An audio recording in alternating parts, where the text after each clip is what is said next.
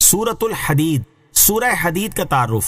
مقام نزول، سورہ حدید کے مقام نزول کے بارے میں ایک قول یہ ہے کہ مکیہ ہے اور ایک قول یہ ہے کہ مدنیہ ہے۔ رکوع اور آیات کی تعداد، اس سورت میں 4 رکوع اور 29 آیتیں ہیں۔ حدید نام رکھنے کی وجہ، عربی میں لوہے کو حدید کہتے ہیں، اور اس سورت کی آیت نمبر 25 میں اللہ تعالیٰ نے حدید یعنی لوہے کے فوائد بیان فرمائے ہیں۔ اسی مناسبت سے سورت کا نام سورہ حدید رکھا گیا۔ سورہ حدید کی فضیلت، حضرت عرباض بن ساریہ رضی اللہ تعالیٰ عنہ فرماتے ہیں، تاجدار رسالت صلی اللہ تعالیٰ علیہ وسلم سونے سے پہلے مسبحات سورتوں کی تلاوت فرماتے اور ارشاد فرماتے، ان سورتوں میں ایک ایسی آیت ہے جو 1000 آیتوں سے بہتر ہے۔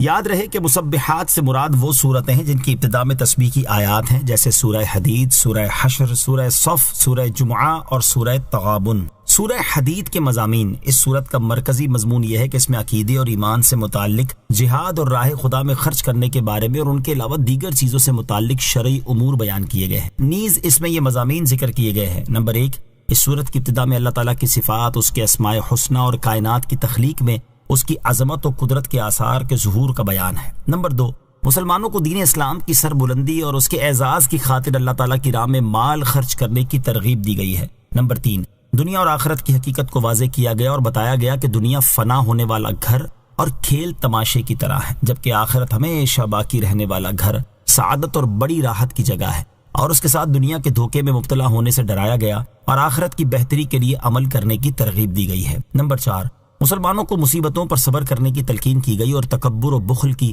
مذمت بیان کی گئی۔ نیز اللہ تعالیٰ سے ڈرنے اور انبیاء اور رسل علیہ الصلوۃ والسلام کے راستے کی پیروی کرنے کا حکم دیا گیا۔ نمبر 5، اس سورت کے آخر میں سابقہ امتوں کے حالات سے نصیحت حاصل کرنے کا کہا گیا، اور اس سلسلے میں حضرت نوح علیہ السلام اور حضرت ابراہیم علیہ الصلوۃ والسلام کے واقعات بیان کیے گئے۔ متقی لوگوں کے ثواب کو واضح کیا گیا اور اپنے رسولوں پر ایمان لانے والوں کے لیے دگنے اجر کا بیان ہوا، اور اس کے ساتھ یہ بھی بتا دیا گیا کہ رسالت اللہ تعالیٰ کی طرف سے ایک چناؤ اور اس کا فضل ہے، وہ اپنے بندوں میں سے جسے چاہے یہ رتبہ عطا کر دے۔ حضور علیہ الصلوۃ والسلام کی تشریف آوری کے بعد اللہ تعالیٰ نے نبوت کا سلسلہ ختم فرما دیا ہے، اب قیامت تک کسی کو نبوت نہیں ملے گی۔ سورہ واقعہ کے ساتھ مناسبت، سورہ حدید کی اپنے سے ماقبل سورت واقعہ کے ساتھ مناسبت یہ ہے کہ سورہ واقعہ کے آخر میں تسبیح کرنے کا حکم دیا گیا، اور سورہ حدید کی ابتدا میں تسبیح بیان کر کے گویا ہمیں اس کا طریقہ سکھا دیا گیا، یا آسمان و زمین میں موجود چیزوں کی تسبیح کا ذکر کر کے ایک اور انداز میں ترغیب دی گئی ہے۔ بسم اللہ الرحمن الرحیم۔ ترجمہ، اللہ کے نام سے شروع جو نہایت مہربان رحمت والا ہے۔ سبح للہ ما فی السماوات والارض وهو العزیز الحکیم۔ ترجمہ، اللہ کی پاکی بیان کی ہر اس چیز نے جو آسمانوں اور زمین میں ہے، اور وہی عزت والا، حکمت والا ہے۔ سبح للہ ما فی السماوات والارض، اللہ کی پاکی بیان کی ہر اس چیز نے جو آسمانوں اور زمین میں ہے۔ اس آیت کا خلاصہ یہ ہے کہ جو کچھ زمین و آسمانوں میں ہے، چاہے وہ جاندار ہو یا بے جان، سب زبان حال اور زبان قال سے اللہ تعالیٰ کی پاکی بیان کرتے ہیں، یعنی یہ کہ وہ اللہ ذات میں، صفات میں، افعال میں اور احکام میں ہر نقص و عیب سے پاک ہے، اور اس کے رب ہونے کا اقرار کرتے اور اس کی اطاعت کا یقین رکھتے ہیں، اور وہی اللہ عز و جل غالب اور کامل قدرت والا اور اپنے تمام افعال میں حکمت والا ہے۔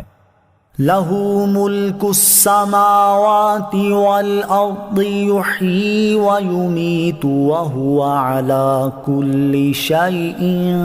قدیر۔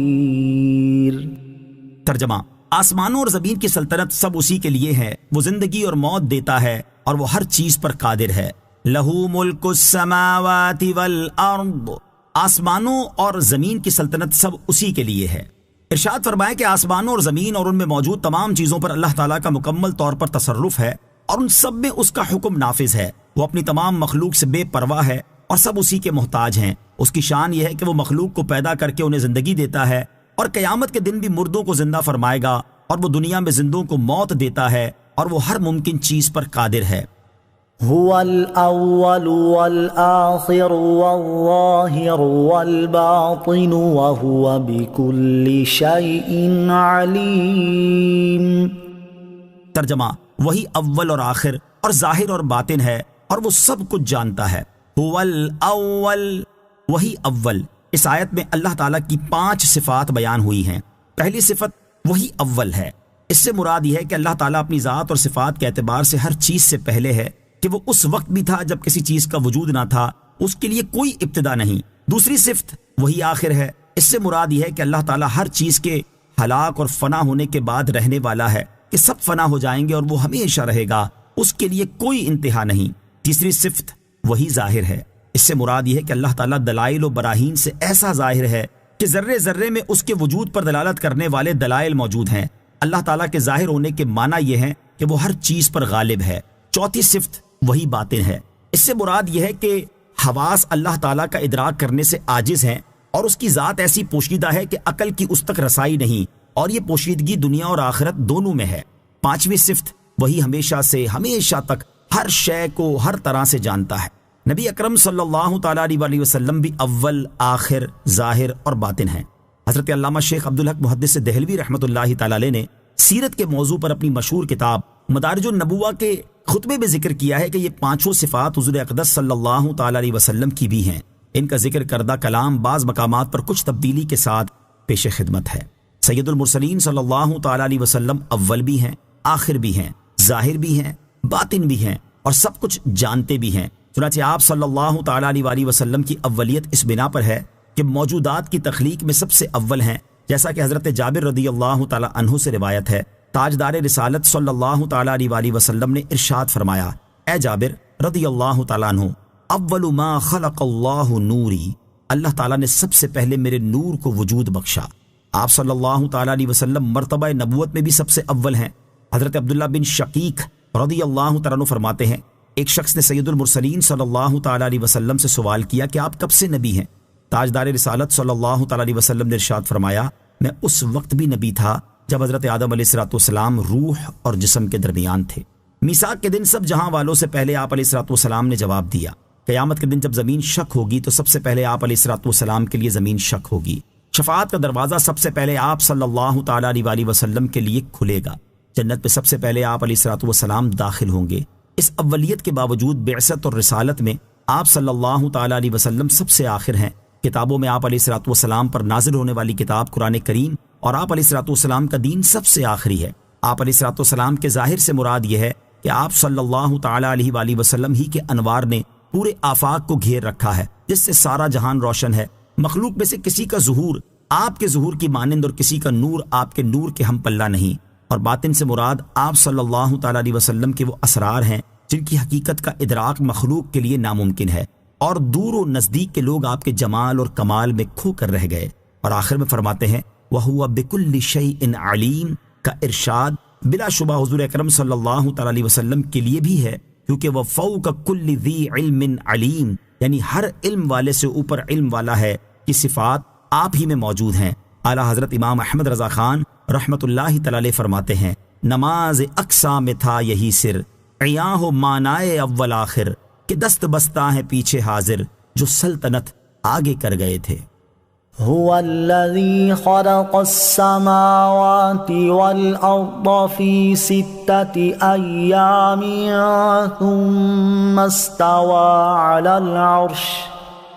يعلم ما يلج في الأرض وما يخرج منها وما ينزل من السماء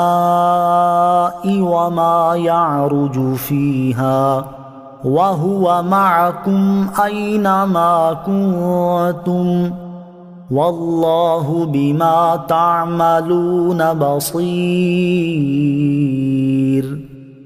لَهُ مُلْكُ السَّمَاوَاتِ وَالْأَرْضِ وَإِلَى اللَّهِ تُرْجَعُ الْأُمُورُ۔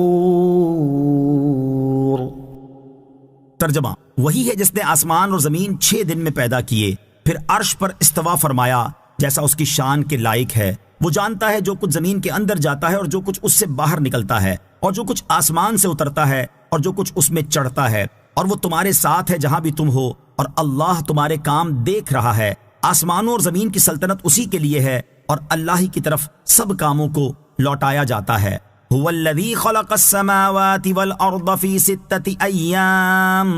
وہی ہے جس نے آسمان اور زمین 6 دن میں پیدا کیے۔ یہاں سے اللہ تعالیٰ نے اپنی قدرت اور علم کے بارے میں بیان فرمایا۔ چنانچہ اس آیت کا خلاصہ یہ ہے کہ اللہ تعالیٰ وہی ہے جس نے آسمان اور زمین دنیا کے ایام کے حساب سے 6 دن میں پیدا کیے۔ حضرت حسن رضی اللہ تعالیٰ عنہ نے فرمایا کہ اگر اللہ تعالیٰ چاہتا تو پلک جھپکنے میں زمین و آسمان پیدا کر دیتا، لیکن اس کی حکمت کا یہی تقاضا ہوا کہ 6 دن کو اصل بنائے اور ان پر مدار رکھے، اور ارشاد فرمایا کہ پھر اللہ تعالیٰ نے عرش پر استوا فرمایا جیسا اس کی شان کے لائق ہے۔ جو کچھ زمین کے اندر جاتا ہے، خواہ وہ دانہ ہو یا پانی کا قطرہ، خزانہ ہو یا مردہ، اور جو کچھ اس سے باہر نکلتا ہے، خواہ وہ نباتات ہو یا دھات یا اور کوئی چیز، اور جو کچھ آسمان سے اترتا ہے جیسے رحمت و عذاب، فرشتے اور بارش، اور جو کچھ آسمان میں چڑھتا ہے جیسے اعمال اور دعائیں، ان سب کو اللہ تعالیٰ جانتا ہے، اور وہ عام طور پر اپنے علم و قدرت کے ساتھ اور خاص طور پر اپنے فضل و رحمت کے ساتھ تمہارے ساتھ ہے، چاہے تم جہاں بھی ہو، اور اللہ تعالیٰ تمہارے کام دیکھ رہا ہے تو وہ قیامت کے دن تمہیں تمہارے اعمال کے مطابق جزا دے گا۔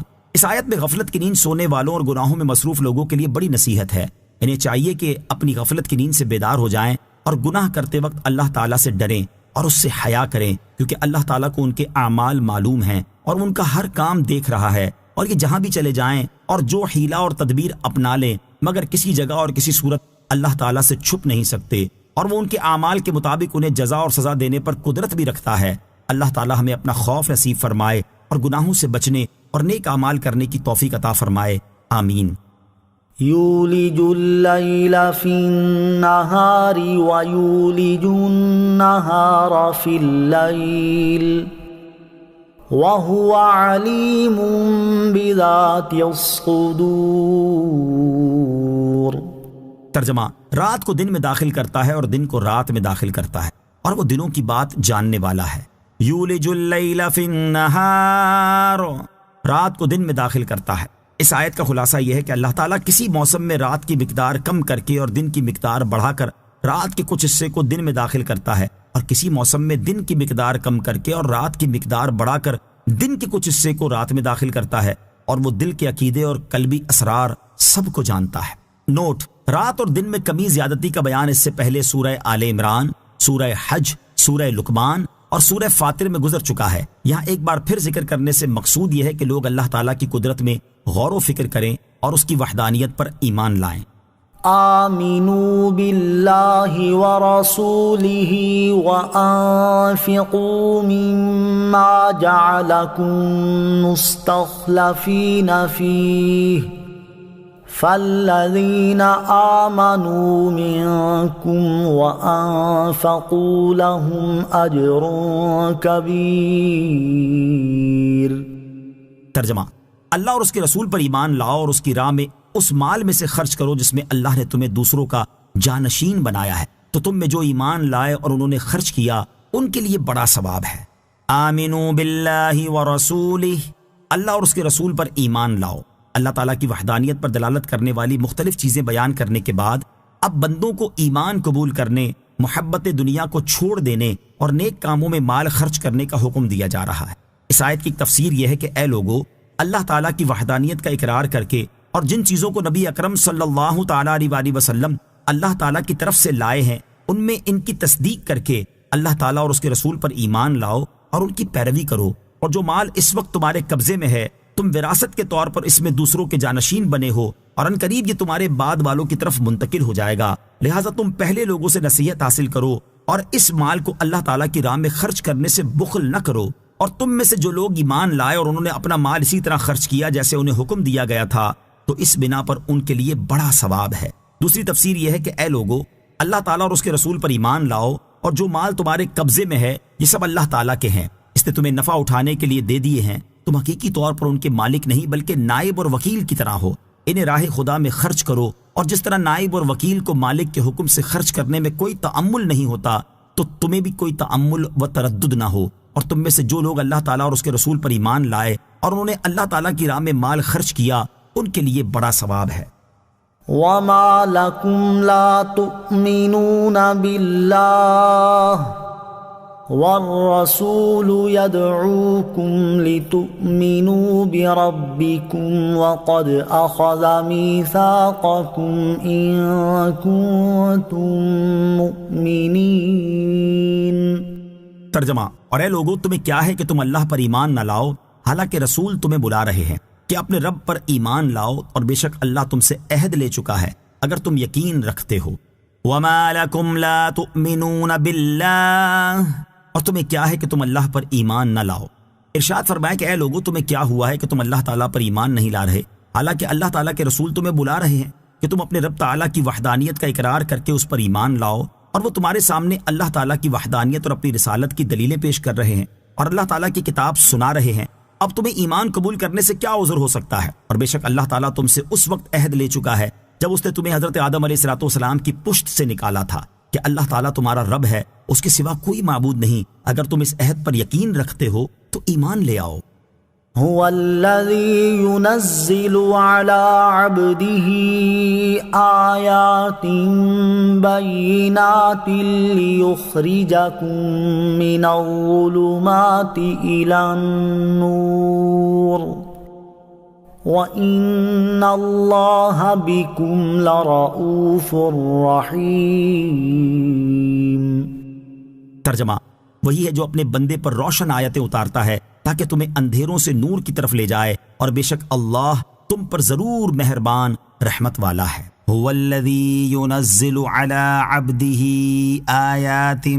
بَيِّنَاتٍ، وہی ہے جو اپنے بندے پر روشن آیتیں اتارتا ہے۔ ارشاد فرمائے کہ اللہ تعالیٰ وہی ہے جو حضرت جبرائیل کے واسطے سے اپنے بندے محمد مصطفیٰ صلی اللہ تعالیٰ علیہ وسلم پر حکم اور ممانعت، حلال اور حرام کے احکام پر مشتمل روشن آیتیں اتارتا ہے تاکہ اے میرے نبی صلی اللہ تعالیٰ علیہ وسلم کی امت، یہ رسول صلی اللہ تعالیٰ علیہ وسلم تمہیں کفر، شرک، شک، جہالت اور مخالفت کے اندھیروں سے ایمان، توحید، یقین، علم اور موافقت کے نور کی طرف لے جائیں، اور بے شک اللہ تعالیٰ تم پر ضرور مہربان اور رحمت والا ہے کہ اس نے تمہاری طرف اپنے حبیب صلی اللہ تعالیٰ علیہ وسلم کو بھیجا اور ان پر قرآن پاک کی آیات نازل فرمائیں۔ یہی مضمون ایک دوسری آیت میں بیان ہوا ہے۔ الف لام را کتاب انزلناہ الیک لتخرج الناس من الظلمات الى النور بِإِذْنِ رَبِّهِمْ إِلَى صِرَاطِ الْعَزِيزِ الْحَمِيدِ۔ ترجمہ، الف لام را، یہ ایک کتاب ہے جو ہم نے تمہاری طرف نازل کی ہے تاکہ تم لوگوں کو ان کے رب کے حکم سے اندھیروں سے اجالے کی طرف، اس اللہ کے راستے کی طرف نکالو جو عزت والا، سب خوبیوں والا ہے۔ وَمَا لَكُمْ أَلَّا تُنْفِقُوا فِي سَبِيلِ اللَّهِ وَلِلَّهِ مِيرَاثُ السَّمَاوَاتِ وَالْأَرْضِ لَا يَسْتَوِي مِنكُم مَّنْ أَنفَقَ مِن قَبْلِ الْفَتْحِ وَقَاتَلَ أُولَئِكَ أَعْظَمُ دَرَجَةً مِّنَ الَّذِينَ أَنفَقُوا مِن بَعْدُ وَقَاتَلُوا وَكُلًّا وَعَدَ اللَّهُ الْحُسْنَى وَاللَّهُ بِمَا تَعْمَلُونَ خَبِيرٌ۔ ترجمہ، اور تمہیں کیا ہے کہ تم اللہ کی راہ میں خرچ نہ کرو، حالانکہ آسمانوں اور زمین سب کا وارث اللہ ہی ہے۔ تم میں فتح سے پہلے خرچ کرنے والے اور جہاد کرنے والے برابر نہیں ہیں، وہ بعد میں خرچ کرنے والوں اور لڑنے والوں سے مرتبے میں بڑے ہیں، اور ان سب سے اللہ نے سب سے اچھی چیز کا وعدہ فرما لیا ہے، اور اللہ تمہارے کاموں سے خبردار ہے۔ وَمَا لَكُمْ أَلَّا تُنْفِقُوا فِي سَبِيلِ اللَّهِ، اور تمہیں کیا ہے کہ تم اللہ کی راہ میں خرچ نہ کرو، یعنی تم کس وجہ سے اللہ تعالیٰ کی راہ میں خرچ نہیں کر رہے، حالانکہ آسمانوں اور زمین سب کا مالک اللہ تعالیٰ ہی ہے، وہی ہمیشہ رہنے والا ہے جبکہ تم ہلاک ہو جاؤ گے، اور تمہارے مال اسی کی ملکیت میں رہ جائیں گے، اور تمہیں خرچ نہ کرنے کی صورت میں ثواب بھی نہ ملے گا۔ تمہارے لیے بہتر یہ ہے کہ تم اپنا مال اللہ تعالیٰ کی راہ میں خرچ کر دو تاکہ اس کے بدلے ثواب تو پا سکو۔ راہ خدا میں خرچ کرنے کی ترغیب۔ قرآن و حدیث میں بکثرت مقامات پر راہ خدا میں خرچ کرنے کی ترغیب دی گئی ہے، چنانچہ ارشاد باری تعالیٰ ہے وَمَا تُنْفِقُوا مِنْ خَيْرٍ فَلِأَنفُسِكُمْ وَمَا تُنْفِقُونَ إِلَّا ابْتِغَاءَ وَجْهِ اللَّهِ وَمَا تُنْفِقُوا مِنْ خَيْرٍ يُوَفَّى إِلَيْكُمْ وَأَنْتُمْ لَا تُظْلَمُونَ۔ ترجمہ، اور تم جو اچھی چیز خرچ کرو تو وہ تمہارے لیے ہی فائدہ مند ہے، اور تم اللہ کی خوشنودی چاہنے کے لیے ہی خرچ کرو، اور جو مال تم خرچ کرو گے وہ تمہیں پورا دیا جائے گا، اور تم پر کوئی زیادتی نہیں کی جائے گی۔ اور ارشاد فرمایا ان الذين يتلون كتاب الله واقاموا الصلاه وانفقوا مما رزقناهم سرا وعلانية يرجون تجارة لن تبور ليوفيهم أجورهم ويزيدهم من فضله إنه غفور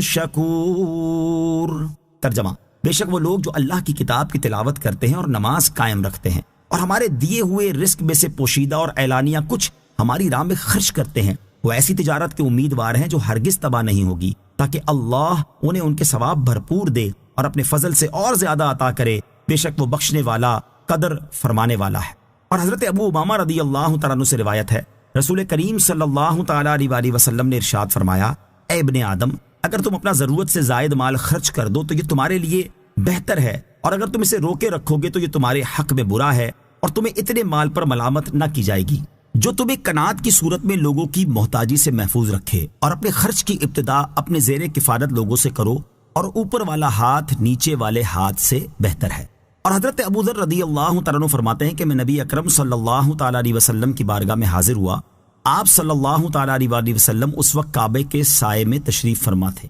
جب آپ صلی اللہ تعالیٰ علیہ وآلہ وسلم نے مجھے دیکھا تو فرمایا، رب کعبہ کی قسم وہی لوگ خسارے میں ہیں۔ میں آپ کی خدمت میں حاضر ہو کر بیٹھ گیا، لیکن ابھی ٹھیک سے بیٹھ نہ پایا تھا کہ اٹھ کھڑا ہوا اور عرض کی، یا رسول اللہ صلی اللہ تعالیٰ علیہ وسلم، میرے ماں باپ آپ پر قربان، کون سے لوگ خسارے میں ہیں؟ ارشاد فرمایا، وہ لوگ جو بڑے سرمایہ دار ہیں، البتہ ان میں سے جو ادھر ادھر آگے پیچھے دائیں بائیں راہ خدا میں خرچ کرتے ہیں وہ خسارے میں نہیں، لیکن ایسے لوگ بہت ہی کم ہیں۔ لا يستوي منكم من انفق من قبل الفتح وقاتل، تم میں فتح سے پہلے خرچ کرنے والے اور جہاد کرنے والے برابر نہیں ہیں۔ اس آیت میں اللہ تعالیٰ نے ان صحابہ کرام رضی اللہ تعالیٰ عنہم کی فضیلت بیان فرمائی ہے جنہوں نے اللہ تعالیٰ کی راہ میں اپنا مال خرچ کرنے میں سبقت کی۔ چنانچہ ارشاد فرمایا، اے میرے حبیب صلی اللہ تعالیٰ علیہ وسلم کے صحابہ، مکے کی فتح سے پہلے جبکہ مسلمان کم اور کمزور تھے، اس وقت جنہوں نے خرچ کیا اور جہاد کیا وہ فضیلت میں دوسروں کے برابر نہیں، اور وہ فتح مکہ کے بعد خرچ کرنے والوں اور لڑنے والوں سے درجے کے اعتبار سے بڑے ہیں، اور فتح سے پہلے خرچ کرنے والوں سے بھی اور فتح کے بعد خرچ کرنے والوں سے بھی اللہ تعالیٰ نے سب سے اچھی چیز یعنی جنت کا وعدہ فرما لیا ہے۔ البتہ جنت میں ان کے درجات میں فرق ہے کہ فتح مکہ سے پہلے خرچ کرنے والوں کا درجہ بعد میں خرچ کرنے والوں سے اعلیٰ ہے، اور اللہ تعالیٰ تمہارے کاموں سے خبردار ہے۔ مہاجرین اور انصار صحابہ کرام رضی اللہ تعالیٰ عنہم کا مقام دیگر صحابہ سے بلند ہے۔ آیت کے اس حصے اولئک اعظم درجہ سے معلوم ہوا کہ مہاجرین اور انصار صحابہ کرام رضی اللہ تعالیٰ عنہم کی عظمت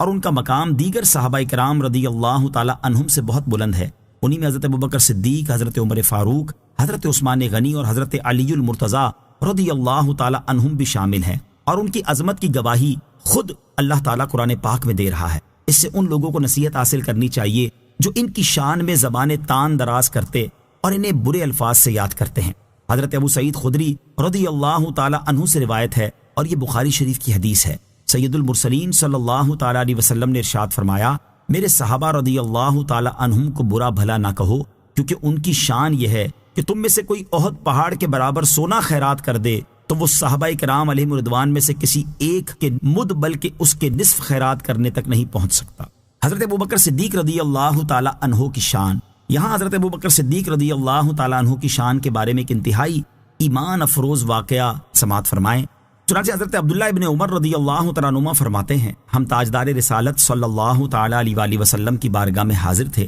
اور ان کے پاس حضرت ابوبکر صدیق رضی اللہ تعالیٰ عنہ بھی حاضر تھے، اور آپ رضی اللہ تعالیٰ عنہ نے ایک عبا یعنی پاؤں تک لمبا کوٹ پہنے ہوئے تھے اور اسے آگے سے باندھا ہوا تھا۔ اس وقت حضرت جبرائیل علیہ الصلوۃ والسلام نازل ہوئے اور نبی اکرم علیہ الصلوۃ والسلام کو اللہ تعالیٰ کی طرف سے سلام پیش کیا اور عرض کی، یا رسول اللہ صلی اللہ تعالیٰ علیہ وسلم، یہ کیا بات ہے کہ میں حضرت ابوبکر صدیق رضی اللہ تعالیٰ عنہ کو اس حال میں دیکھ رہا ہوں کہ آپ ایک ایسی عبا یعنی پاؤں تک لمبا کوٹ پہنے ہوئے ہیں جسے سامنے سے کانٹوں کے ساتھ جوڑا ہوا ہے۔ رسول کریم علیہ الصلوۃ والسلام نے ارشاد فرمایا، اے جبرائیل علیہ السلام، ان کی یہ حالت اس لیے ہے کہ انہوں نے اپنا سارا مال مجھ پر خرچ کر دیا تھا۔ حضرت جبرائیل علیہ الصلوۃ والسلام نے عرض کی، آپ حضرت ابوبکر صدیق رضی اللہ تعالیٰ عنہ کو اللہ تعالیٰ کی طرف سلام پیش کیجئے اور ان سے فرمائیے کہ اللہ تعالیٰ آپ سے فرما رہا ہے کہ تم اپنے اس فقر پر مجھ سے راضی ہو یا ناراض۔ حضور علیہ الصلوۃ والسلام نے حضرت ابوبکر صدیق رضی اللہ تعالیٰ عنہ کی طرف توجہ فرمائی اور ارشاد فرمایا، اے ابوبکر رضی اللہ تعالیٰ عنہ، حضرت جبرائیل علیہ السلام تمہیں اللہ تعالیٰ کی طرف سے سلام پیش کر رہے ہیں اور اللہ تعالیٰ فرماتا ہے کہ تم اپنے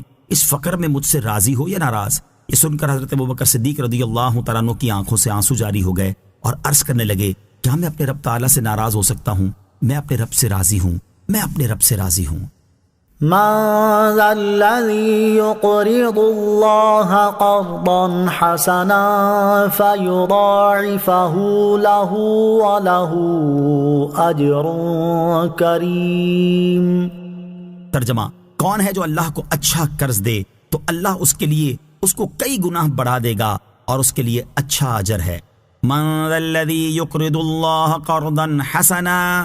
کون ہے جو اللہ کو اچھا قرض دے۔ اس آیت میں اللہ تعالیٰ نے تاکید کے ساتھ لوگوں کو مسلمانوں کی حمایت میں، کفار کے ساتھ جہاد کرنے میں اور فقیر و محتاج مسلمانوں کی مدد کرنے میں اپنا مال خرچ کرنے کی ترغیب دی ہے۔ چنانچہ ارشاد فرمایا کہ کون ہے جو خوش دلی کے ساتھ اپنا مال راہ خدا میں خرچ کرے تاکہ اللہ تعالیٰ اپنے فضل سے اس کے خرچ کرنے کا ثواب اسے کئی گناہ تک بڑھا دے، اور اس اضافے کے ساتھ ساتھ اس کے لیے اچھا اجر ہے اور اسے اس کے اعمال کا ثواب اللہ تعالیٰ کی رضا اور اس کی بارگاہ میں قبولیت کے ساتھ دیا جائے گا۔ یہاں آیت میں اللہ تعالیٰ کی راہ میں خرچ کرنے کو قرض سے اس طور پر تعبیر فرمایا گیا ہے کہ اللہ تعالیٰ نے اپنے فضل سے اپنی راہ میں خرچ کرنے پر جنت کا وعدہ فرمایا ہے۔ راہ خدا میں خرچ کرنے کا ثواب، راہ خدا میں خرچ کرنے کی ترغیب دیتے ہوئے اور اس کا ثواب بیان کرتے ہوئے ایک اور مقام پر اللہ تعالیٰ ارشاد فرماتا ہے، من ذا الذی یقرض اللہ قرضا حسنا فیضاعفہ لہ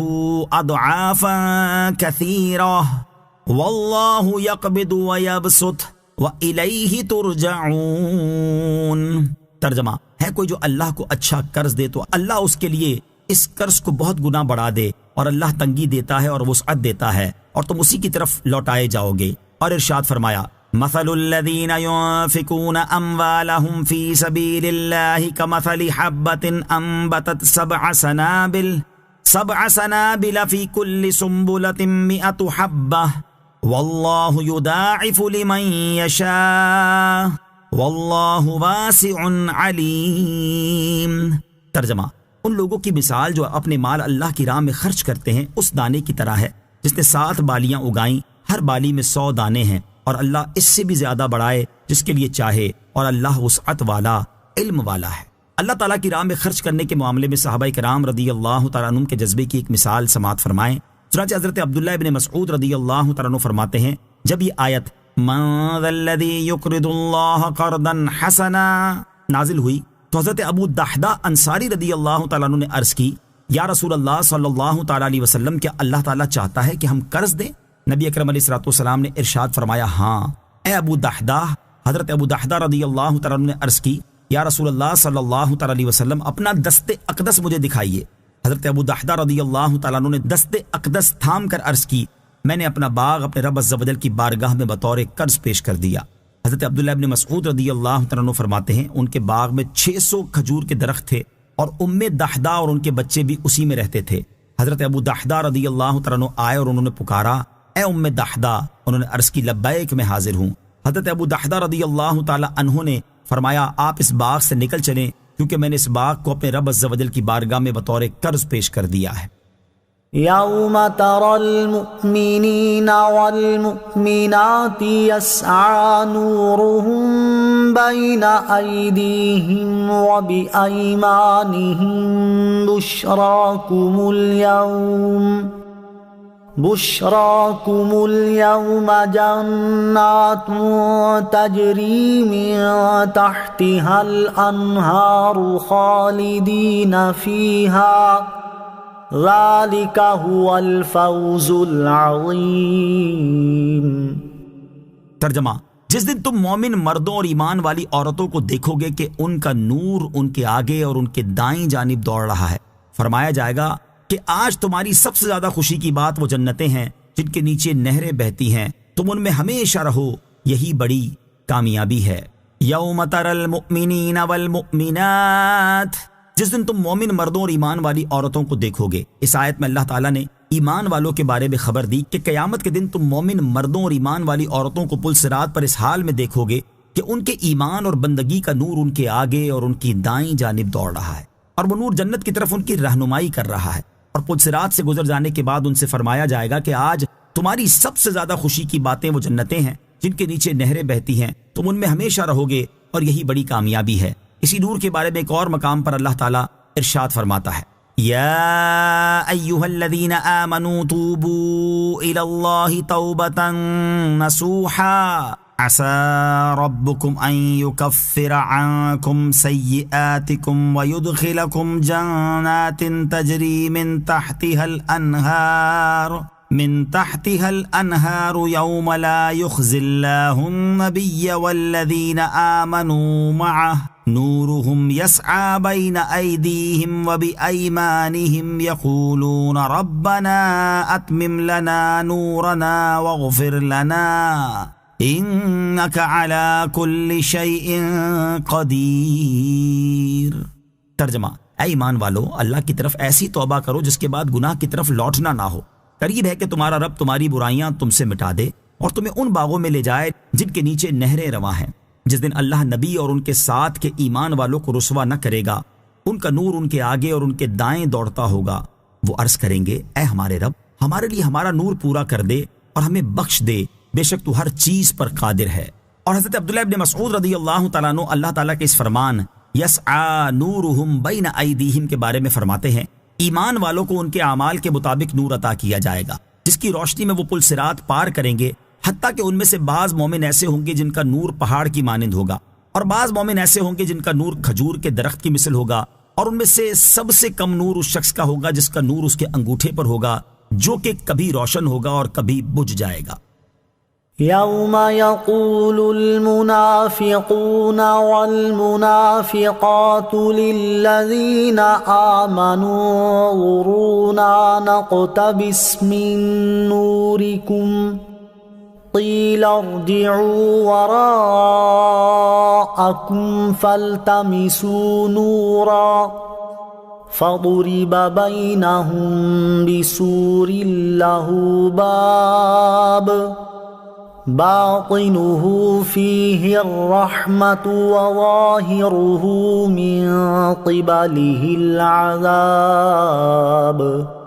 ترجمہ: جس دن منافق مرد اور منافق عورتیں مسلمانوں سے کہیں گے کہ ہم پر نظر کر دو، ہم تمہارے نور سے کچھ روشنی حاصل کر لیں، کہا جائے گا تم اپنے پیچھے لوٹ جاؤ تو وہاں نور ڈھونڈو۔ جب ہی ان کے درمیان ایک دیوار کھڑی کر دی جائے گی جس میں ایک دروازہ ہوگا جس کے اندر کی طرف رحمت اور اس کے باہر کی طرف عذاب ہوگا۔ یوم یقول المنافقون والمنافقات للذین آمنوا، جس دن منافق مرد اور منافق عورتیں مسلمانوں سے کہیں گے۔ یہاں سے منافقوں کے بارے میں خبر دیتے ہوئے ارشاد فرمایا کہ قیامت کے دن جب مسلمان بڑی تیزی کے ساتھ جنت کی طرف جا رہے ہوں گے تو اس وقت منافق مرد اور منافقہ عورتیں مسلمانوں سے کہیں گے کہ ہم پر بھی ایک نظر کر دو تاکہ ہم تمہارے نور سے کچھ روشنی حاصل کر لیں اور اس روشنی میں ہم بھی تمہارے ساتھ چلیں۔ مومنوں کی طرف سے انہیں کہا جائے گا کہ تم جہاں سے آئے تھے وہیں لوٹ جاؤ اور وہاں نور ڈھونڈو۔ اس کے ایک معنی یہ ہے کہ تم حساب کی جگہ کی طرف لوٹ جاؤ جہاں ہمیں نور دیا گیا ہے اور وہاں سے نور طلب کرو۔ دوسرے معنی یہ ہے کہ تم ہمارا نور نہیں پا سکتے، لہٰذا نور کی طلب کے لیے پیچھے لوٹ جاؤ۔ پھر وہ نور کی تلاش میں واپس ہوں گے اور کچھ نہ پائیں گے، دوبارہ مومنین کی طرف پھریں گے تو اس وقت ان مومنین اور منافقین کے درمیان ایک دیوار کھڑی کر دی جائے گی اور اس میں ایک دروازہ ہوگا جس سے جنتی جنت میں چلے جائیں گے۔ اس دروازے کے اندر کی طرف سے جنت اور اس کی باہر کی طرف عذاب ہوگا۔ اس دیوار کے بارے میں بعض مفسرین نے فرمایا ہے کہ یہی اعراف ہے۔ نوٹ: اس دیوار کے بارے میں مفسرین کے اور بھی اقوال ہیں۔ ینادونہم الم نکن معکم قالوا بلا ولکنکم فتنتم انفسکم وتربصتم وارتبتم وغرتكم الأماني حتى جاء أمر الله وغركم بالله الغرور۔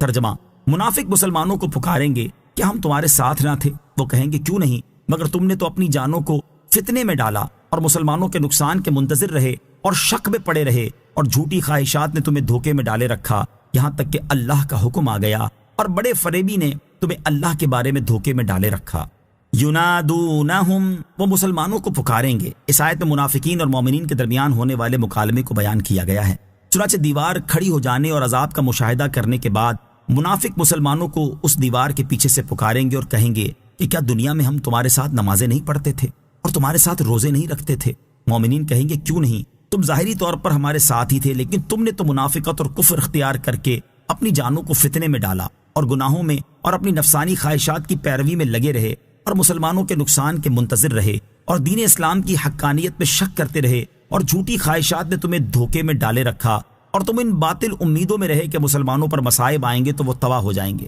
یہاں تک کہ موت کی صورت میں اللہ تعالیٰ کا حکم آ گیا اور بڑے فریبی شیطان نے تمہیں اللہ تعالیٰ کے بارے میں دھوکے میں ڈالے رکھا، اور اللہ تعالیٰ بڑا حلیم ہے، تم پر عذاب نہ کرے گا اور نہ مرنے کے بعد اٹھنا ہے نہ حساب ہوگا، تم اس فریب میں آ گئے۔ اس آیت میں بیان کی گئی منافقین کی صفات کو سامنے رکھتے ہوئے ہر مسلمان کو اپنی حالت پر غور کرنا چاہیے کہ ان میں سے کوئی صفت اس میں تو نہیں پائی جاتی، اگر پائی جاتی ہو تو فوراً اس سے چھٹکارا پانے کی کوشش کرے تاکہ وہ اخروی رسوائی سے بچ سکے۔ فَالْيَوْمَ لَا يُؤْخَذُ مِنكُمْ فِدْيَةٌ وَلَا مِنَ الَّذِينَ كَفَرُوا مَأْوَاكُمُ النَّارُ هِيَ مَوْلَاكُمْ وَبِئْسَ الْمَصِيرُ۔ ترجمہ، تو آج نہ تم سے کوئی فدیہ لیا جائے گا اور نہ ہی کھلے کافروں سے، تمہارا ٹھکانہ آگ ہے، وہ آگ ہی تمہاری ساتھی ہے، اور کیا ہی برا ٹھکانہ ہے۔ فَالْيَوْمَ لَا يُؤْخَذُ مِنكُمْ فِدْيَةٌ، تو آج نہ تم سے کوئی فدیہ لیا جائے گا۔ جب قیامت کے دن اللہ تعالیٰ منافقوں کو مسلمانوں سے ممتاز کر دے گا تو ارشاد فرمائے گا، اے منافقوں، آج تم سے کوئی فدیہ نہیں لیا جائے گا جسے دے کر تم اپنی جان کو عذاب سے بچا سکو، اور نہ ہی کھلے کافروں سے فدیہ لیا جائے گا، تمہارا ٹھکانہ آگ ہے اور تم اس کے علاوہ کسی اور ٹھکانے کی طرف کبھی نہیں لوٹو گے، وہ آگ ہی تمہاری ساتھی ہے، اور وہ آگ کیا ہی برا ٹھکانہ ہے۔ بعض مفسرین نے فرمایا کہ فدیہ نہ لیے جانے کا معنی یہ ہے کہ آج تم سے ایمان قبول کیا جائے گا اور نہ ہی توبہ قبول کی جائے گی۔ أَلَمْ يَأْنِ لِلَّذِينَ آمَنُوا أَن تَخْشَعَ قُلُوبُهُمْ لِذِكْرِ اللَّهِ وَمَا نَزَلَ مِنَ الْحَقِّ وَلَا يَكُونُوا كَالَّذِينَ أُوتُوا الْكِتَابَ مِن قَبْلُ فَطَالَ عَلَيْهِمُ الْأَمَدُ فَقَسَتْ قلوبهم وَكَثِيرٌ مِّنْهُمْ فَاسِقُونَ۔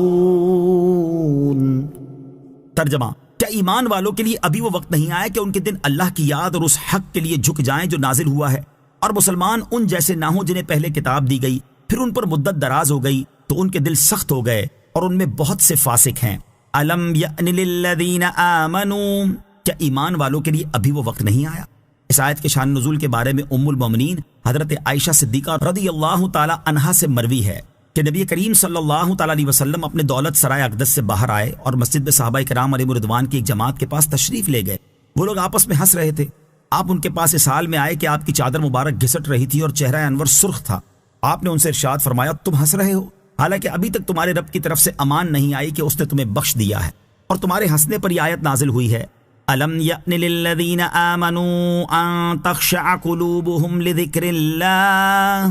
صحابہ کرام رضی اللہ تعالیٰ عنہم نے عرض کی، یا رسول اللہ صلی اللہ تعالیٰ علیہ وسلم، اس ہنسی کا کفارہ کیا ہے؟ ارشاد فرمایا، اتنا ہی رونا۔ اس آیت کا خلاصہ یہ ہے کہ کیا ایمان والوں کے لیے ابھی وہ وقت نہیں آیا کہ جب ان کے سامنے اللہ تعالیٰ کا ذکر کیا جائے اور قرآن کی آیتیں پڑھی جائیں تو ان کے دل نرم پڑ جائیں؟ حضرت نافع رضی اللہ تعالیٰ عنہ فرماتے ہیں، حضرت عبداللہ ابن عمر رضی اللہ تعالیٰ عنہ جب اس آیت مبارکہ أَلَمْ يَأْنِ لِلَّذِينَ آمَنُوا أَن تَخْشَعَ قُلُوبُهُمْ لِذِكْرِ اللَّهِ کی تلاوت کرتے تو آپ کی آنکھوں سے آنسو جاری ہو جاتے اور اتنا روتے کہ آپ بے حال ہو جاتے۔ اور اسی آیت مبارکہ کو سن کر بہت سے لوگ اپنے گناہوں سے تائب ہوئے اور ولایت کی عظیم منازل پر فائز ہوئے۔ یہاں ہم اس کے دو واقعات ذکر کرتے ہیں۔ حضرت فضیل بن عیاض رحمۃ اللہ تعالی علیہ کی توبہ۔ حضرت فضل بن موسیٰ رحمۃ اللہ تعالی علیہ فرماتے ہیں، حضرت فضیل بن عیاض رحمۃ اللہ تعالی علیہ توبہ سے پہلے ڈاکو تھے اور ابی ورد اور سرخس کے درمیان ڈاکہ زنی کیا کرتے تھے۔ ان کی توبہ کا سبب یہ ہوا کہ انہیں ایک لونڈی سے عشق ہو گیا۔ ایک مرتبہ وہ اس کے پاس جانے کے لیے دیوار پر چڑھ رہے تھے کہ اس وقت کسی نے یہ آیت پڑھی، أَلَمْ يَأْنِ لِلَّذِينَ آمَنُوا أَن تَخْشَعَ قُلُوبُهُمْ لِذِكْرِ اللَّهِ۔ جو ہی یہ آیت آپ نے سنی تو بے اختیار آپ کے منہ سے نکلا، کیوں نہیں میرے پروردگار، اب اس کا وقت آ گیا ہے۔ چنانچہ آپ دیوار سے اتر پڑے اور رات کو ایک سنسان اور بے آباد کھنڈر نما مکان میں جا کر بیٹھ گئے۔ وہاں ایک قافلہ موجود تھا اور شرکائے قافلہ میں سے بعض کہہ رہے تھے کہ ہم سفر جاری رکھیں گے، اور بعض نے کہا کہ صبح تک یہیں رک جاؤ کیونکہ فضیل بن عیاض ڈاکو اسی اطراف میں رہتا ہے، کہیں وہ ہم پر حملہ نہ کر دے۔ آپ نے قافلے والوں کی باتیں سنی تو غور کرنے لگے اور کہا افسوس، میں رات کے وقت بھی گناہ کرتا ہوں اور میرے گناہوں کی وجہ سے مسلمانوں کا حال یہ ہے کہ وہ یہاں مجھ سے خوفزدہ ہو رہے ہیں، حالانکہ اللہ تعالیٰ مجھے ان کے پاس اس حال میں لایا ہے کہ میں اب اپنے جرم سے رجوع کر چکا ہوں۔ اے اللہ عز و جل، میں تیری بارگاہ میں توبہ کرتا ہوں اور اب میں ساری زندگی کعبۃ اللہ کی مجاوری میں گزاروں گا۔ حضرت مالک بن دینار رحمۃ اللہ تعالی کی توبہ۔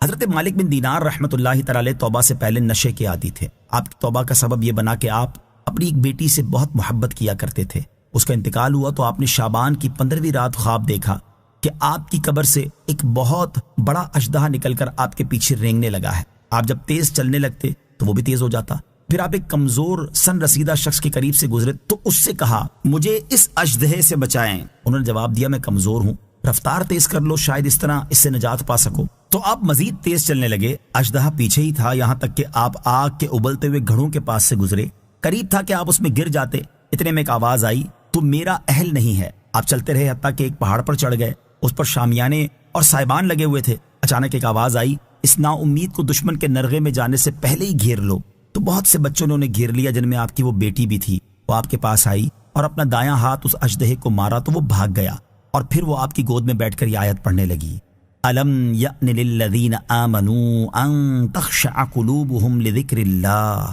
لِذِكْرِ اللَّهِ وَمَا نَزَلَ مِنَ الْحَقِّ۔ آپ فرماتے ہیں کہ میں نے اپنی اس بیٹی سے پوچھا کیا تم فوت ہونے والے قرآن بھی پڑھتے ہو؟ اس نے جواب دیا جی ہاں، ہم آپ یعنی زندہ لوگوں سے زیادہ اس کی معرفت رکھتے ہیں۔ پھر آپ نے اس سے اس جگہ ٹھہرنے کا مقصد پوچھا تو اس نے بتایا یہ بچے قیامت تک یہاں ٹھہر کر اپنے والدین کا انتظار کریں گے جنہوں نے انہیں آگے بھیجا ہے۔ پھر اس اژدہے کے بارے میں پوچھا تو اس نے بتایا وہ آپ کا برا عمل ہے۔ پھر اس ضعیف العمر شخص کے بارے میں پوچھا تو اس نے بتایا وہ آپ کا نیک عمل ہے۔ آپ نے اسے اتنا کمزور کر دیا ہے کہ اس میں آپ کے برے عمل کا مقابلہ کرنے کی سکت نہیں، لہٰذا آپ اللہ تعالیٰ کی بارگاہ میں توبہ کریں اور ہلاک ہونے سے بچیں۔ پھر وہ بلندی پر چلی گئی۔ جب آپ بیدار ہوئے تو اسی وقت سچی توبہ کر لی۔ وَلَا يَكُونُوا كَالَّذِينَ أُوتُوا الْكِتَابَ مِن قَبْلُ، اور مسلمان ان جیسے نہ ہوں جنہیں پہلے کتاب دی گئی۔ اس آیت میں اللہ تعالیٰ نے مسلمانوں کو ان یہودیوں اور عیسائیوں کی مشابہت اختیار کرنے سے منع فرمایا جنہیں ان سے پہلے کتاب تورات اور انجیل دی گئی۔ جب ان پر ان کے اور ان کے انبیاء کرام علیہ السلام کے درمیان کی مدت دراز ہو گئی تو ان کا حال یہ ہوا کہ انہوں نے اپنے ہاتھوں سے اللہ تعالیٰ کی کتاب میں تبدیلی کر دی اور اس کے بدلے تھوڑی سی قیمت حاصل کر لی، اور اس کتاب کو اپنی پیٹھ کے پیچھے پھینک دیا، اور مختلف نظریات اور عجیب و غریب اقوال کے درپے ہوئے اور دین الہی کے احکام پر لوگوں کے کہنے کے مطابق عمل کرنے لگے، اور انہوں نے اپنے علماء اور راہبوں کو اللہ تعالیٰ کے علاوہ اپنا رب مان لیا۔ تو اس وقت ان کے دل سخت ہو گئے، اور اس سختی کی وجہ سے ان کا حال یہ ہوا کہ وہ کسی نصیحت کو قبول کرتے ہیں اور نہ ہی جنت کی بشارت اور جہنم کی وعید سن کر ان کے دل نرم ہوتے ہیں۔ ان کے دل بھی فاسد اور اعمال بھی باطل ہیں، جیسا کہ اللہ تعالیٰ ارشاد فرماتا ہے فَبِمَا نَقْضِهِم مِّيثَاقَهُمْ لَعَنَّاهُمْ وَجَعَلْنَا قُلُوبَهُمْ قَاسِيَةً يُحَرِّفُونَ الْكَلِمَ عَن مَّوَاضِعِهِ وَنَسُوا حَظًّا مِّمَّا ذُكِّرُوا بِهِ۔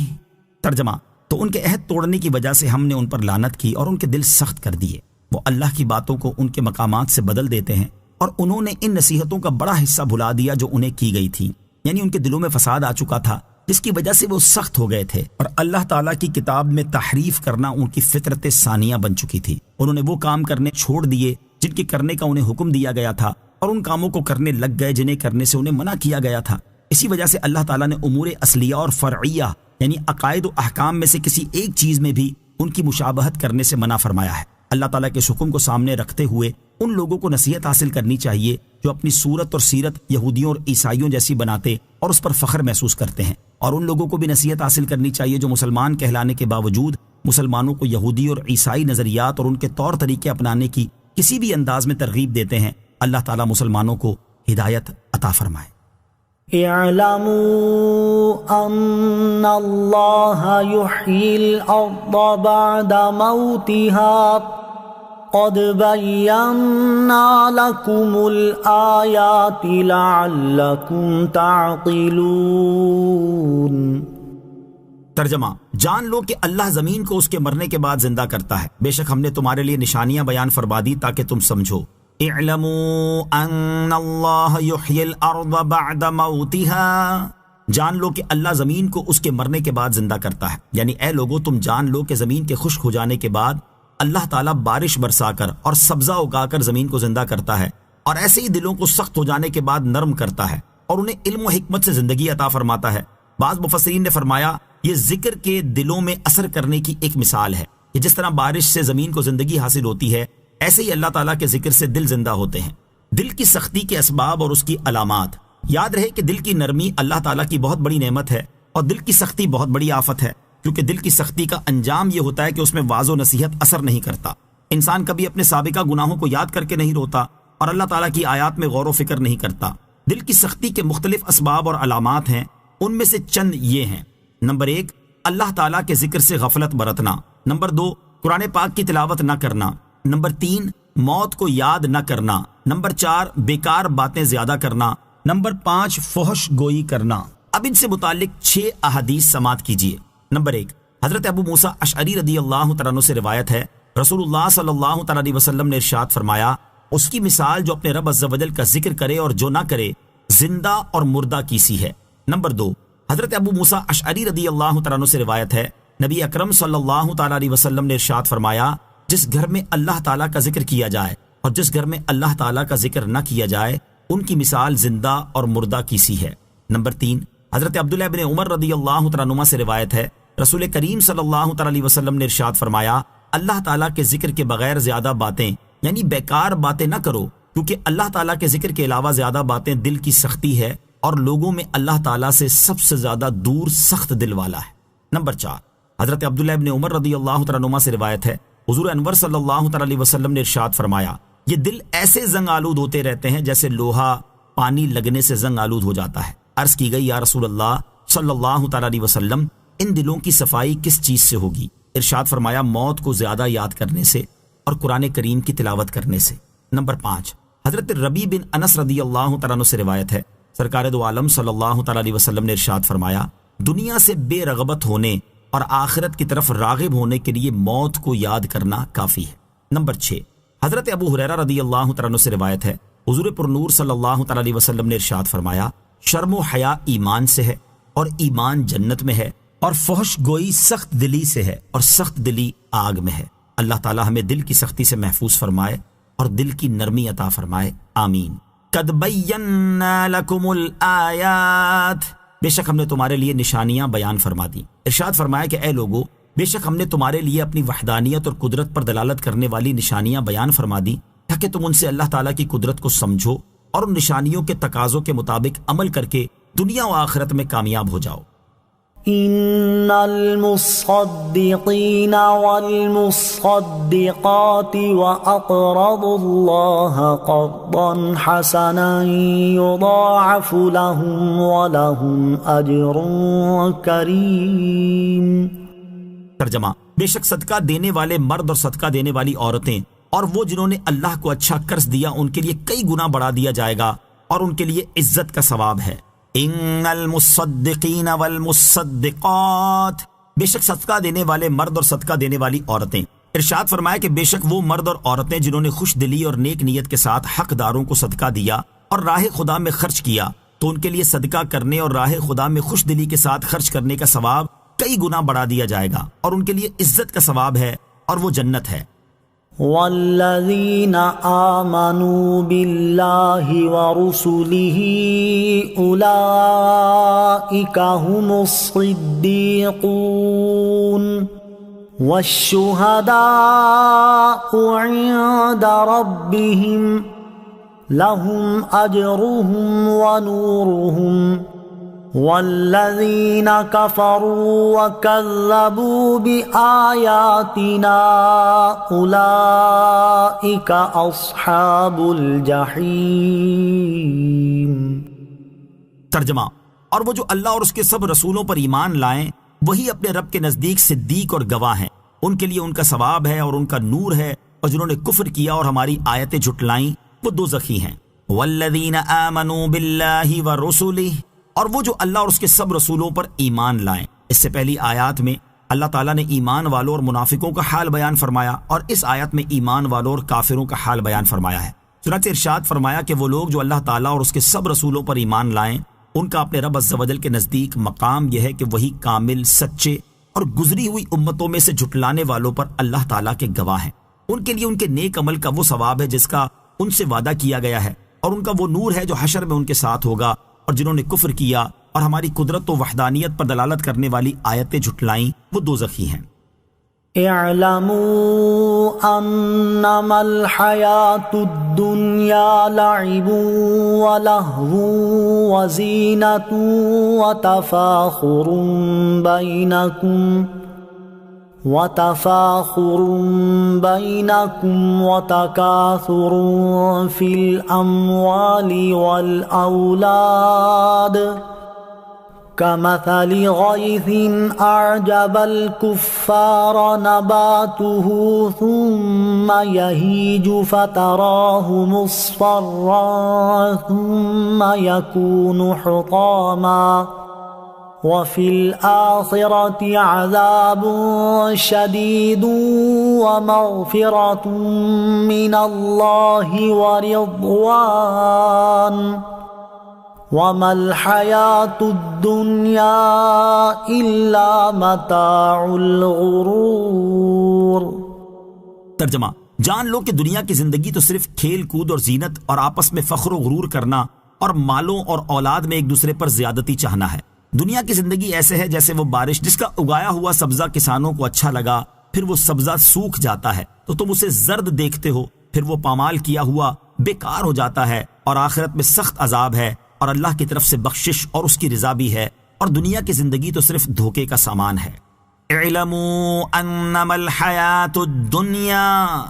جان لو کہ دنیا کی زندگی تو صرف آخرت اور اس میں مخلوق کے احوال ذکر کرنے کے بعد اس آیت میں دنیا کی حقیقت بیان کی جا رہی ہے تاکہ مسلمان اس کی طرف راغب نہ ہو، کیونکہ دنیا بہت کم نفع والی اور جلد ختم ہو جانے والی ہے۔ اس آیت میں اللہ تعالیٰ نے دنیا کے بارے میں 5 چیزیں اور ایک مثال بیان فرمائی ہے۔ وہ 5 چیزیں یہ ہیں: نمبر 1 اور 2، دنیا کی زندگی تو صرف کھیل کود ہے جو کہ بچوں کا کام ہے، اور صرف اس کے حصول میں محنت و مشقت کرتے رہنا، وقت ضائع کرنے کے سوا کچھ نہیں۔ نمبر 3، دنیا کی زندگی زینت و آرائش کا نام ہے جو کہ عورتوں کا شیوا ہے۔ نمبر 4 اور 5، دنیا کی زندگی آپس میں فخر و غرور کرنے اور مال اور اولاد میں ایک دوسرے پر زیادتی چاہنے کا نام ہے۔ اور جب دنیا کا یہ حال ہے اور اس میں ایسی قباحتیں موجود ہیں تو اس میں دل لگانے اور اس کے حصول کی کوشش کرتے رہنے کی بجائے ان کاموں میں مشغول ہونا چاہیے جن سے اخروی زندگی سنور سکتی ہے۔ اس کے بعد اللہ تعالیٰ نے دنیاوی زندگی کی ایک مثال ارشاد فرمائی کہ دنیا کی زندگی ایسی ہے جیسے وہ بارش جس کا اگایا ہوا سبزہ کسانوں کو اچھا لگتا ہے، پھر وہ سبزہ کسی زمینی یا آسمانی آفت کی وجہ سے سوکھ جاتا ہے تو تم اس کی سبزی یعنی سبز رنگ جاتے رہنے کے بعد اسے زرد دیکھتے ہو، پھر وہ پامال کیا ہوا بیکار ہو جاتا ہے۔ یہی حال دنیا کی اس زندگی کا ہے جس پر دنیا کا طلبگار بہت خوش ہوتا ہے اور اس کے ساتھ بہت سی امیدیں رکھتا ہے، لیکن وہ انتہائی جلد گزر جاتی ہے۔ اس دنیا کے مقابلے میں آخرت ہے جس میں اللہ تعالیٰ کا سخت عذاب بھی ہے، جو دنیا کے طلبگاروں، لہو و لعب میں زندگی گزارنے والوں اور آخرت سے بے پرواہ لوگوں کے لیے ہے، جو بطور خاص کفار ہیں، جبکہ دوسری طرف آخرت میں اللہ تعالیٰ کی طرف سے بخشش اور اس کی خوشنودی بھی ہے، جو اس کام کے لیے ہے جس نے دنیا کو آخرت پر ترجیح نہ دی۔ اور حقیقت یہ ہے کہ دنیا کی زندگی تو صرف دھوکے کا سامان ہے۔ دنیا دھوکے کا سامان اس کے لیے ہے جو دنیا ہی کا ہو جائے اور اس پر بھروسہ کر لے اور آخرت کی فکر نہ کرے، اور جو شخص دنیا میں رہ کر آخرت کا طلبگار ہو اور دنیاوی اسباب سے بھی آخرت ہی کے لیے تعلق رکھے تو اس کے لیے دنیا آخرت کی کامیابی کا ذریعہ ہے۔ دنیا کے بارے میں احادیث اور اقوال، یہاں دنیا سے متعلق چند احادیث اور بزرگان دین کے اقوال سماعت کیجیے۔ چنانچہ حضرت ابو ہریرہ رضی اللہ تعالیٰ عنہ سے روایت ہے، نبی اکرم صلی اللہ تعالیٰ علیہ وسلم نے ارشاد فرمایا، دنیا ملعون ہے اور اس کی ہر چیز بھی ملعون ہے، البتہ دنیا میں سے جو اللہ تعالیٰ کے لیے ہے وہ ملعون نہیں۔ حضرت عبداللہ بن مسور ہاشمی رضی اللہ تعالیٰ عنہ سے روایت ہے، رسول کریم صلی اللہ تعالیٰ علیہ وسلم نے ارشاد فرمایا، اس بندے پر انتہائی تعجب ہے جو آخرت کے گھر کی تصدیق کرتا ہے لیکن وہ دھوکے والے گھر یعنی دنیا کے لیے کوشش کرتا ہے۔ حضرت ذوالنون رضی اللہ تعالیٰ عنہ فرماتے ہیں کہ اے مریدین کے گروہ، دنیا طلب نہ کرو، اور اگر طلب کرو تو اس سے محبت نہ کرو، یہاں سے صرف زیادہ راہ لو، کیونکہ آرام گاہ تو اور ہے یعنی آخرت ہے۔ اعلیٰ حضرت رحمت اللہ تعالیٰ علیہ اشعار کی صورت میں نصیحت کرتے ہوئے فرماتے ہیں، دنیا کو تو کیا جانے، یہ بس کی گھاٹ ہے حرافہ، صورت دیکھو ظالم کی تو کیسی بھولی بھالی ہے، شہد دکھائے زہر پلائے، قاتل ڈائن شوہر کش، اس مردار پہ کیا للچایا، دنیا دیکھی بھالی ہے۔ اللہ تعالیٰ ہمیں دنیا میں رہ کر اپنی آخرت کی تیاری کی توفیق عطا فرمائے، آمین۔ نوٹ: دنیا کی حقیقت اور اس کے بارے میں مزید تفصیل جاننے کے لیے امام غزالی رحمۃ اللہ تعالی کی مشہور تصنیف احیاء العلوم کی 3 جلد میں موجود باب دنیا کی مذمت کا مطالعہ فرمائیں۔ سابقوا إلى مغفرة من ربكم وجنة عرضها كعرض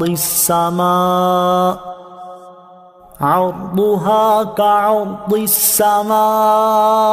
والأرض أعدت للذين آمنوا بالله ورسله